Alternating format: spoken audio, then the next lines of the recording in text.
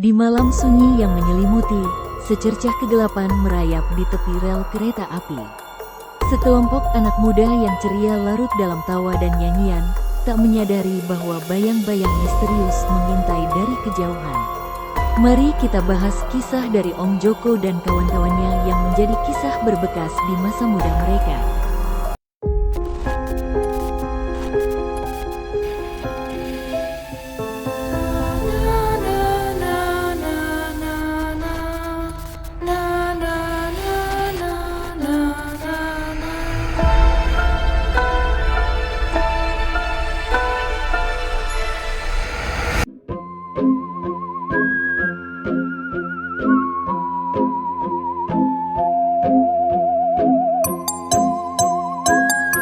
Pada saat muda, yang namanya anak muda pasti ada masanya nakal, begitu juga Om Joko waktu itu.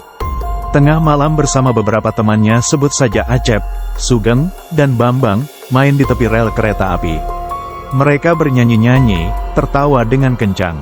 Mereka pun larut dengan kegembiraan mereka sendiri, hingga Acep melihat seseorang di dekat persimpangan rel kereta api. "Siapa itu malam-malam berdiri sendirian di sana?" ujar Acep. "Waduh, gak tahu. Mungkin pemulung," timpal Bambang.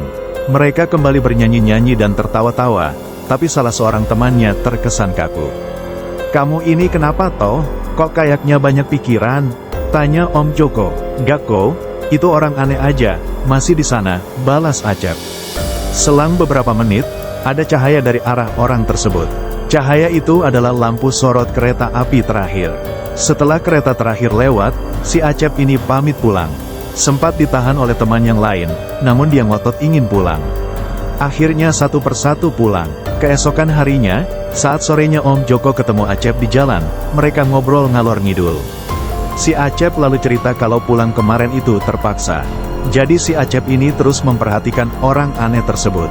Saat kereta terakhir datang, Acep baru sadar kalau orang itu ada di tengah rel, dan seketika kereta menerjangnya. Acep sebenarnya mau teriak, tapi entah kenapa mulutnya susah terbuka.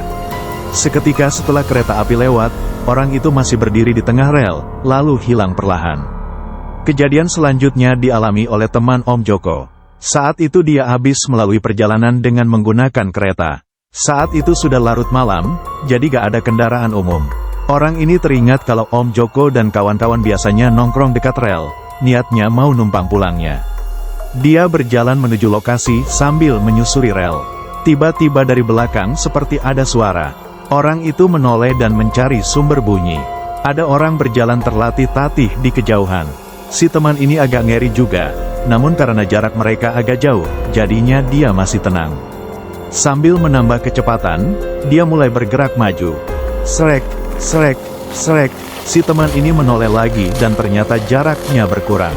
Si teman ini jadi agak panik, lalu berbalik dan sakit. Orang yang berjalan terlatih itu sudah tepat di belakangnya. Si teman ini terlonjak dan kabur sekencangnya. Dengan susah payah sampai di tempat nongkrong Om Joko. Namun cuma ada satu orang duduk di sana. Si teman ini menghampiri orang tersebut, barangkali itu salah satu temannya. Saat sudah dekat, dia menatap orang itu sejenak. Besoknya dia terbangun di pos polisi setempat. Kata petugas dia ditemukan pingsan di pinggir rel. Saat ditanyai, awalnya agak ragu, tapi akhirnya dia cerita. Jadi sosok orang yang ditemui di tempat nongkrong adalah sosok yang mengejarnya waktu di rel. Wujudnya mirip manusia dengan baju robek dan penuh darah. Bagian kepalanya tak utuh, hanya menyisakan bagian hidung ke bawah. Teman ini diam sejenak dan melanjutkan deskripsinya. Katanya tangan kanannya cuma sebatas siku, dan tangan kirinya melintir, yang paling unik itu kakinya. Menurut si teman ini, kakinya gak ada telapaknya, lalu panjang kiri dan kanannya berbeda. Petugas itu menarik nafas, lalu menasehati kalau jalan sebaiknya di tempat ramai saja dan sebaiknya hindari tempat rawan kecelakaan. Setelah itu dia diantar pulang. Keheningan malam kembali membungkus rel. Namun kisah tentang penunggu rel yang menakutkan terus menghantui pikiran orang-orang yang pernah mengalaminya. Sebuah pengingat yang mengerikan tentang bahaya yang bersembunyi di tempat yang tak disangka-sangka. Terima kasih telah menonton video ini sampai akhir.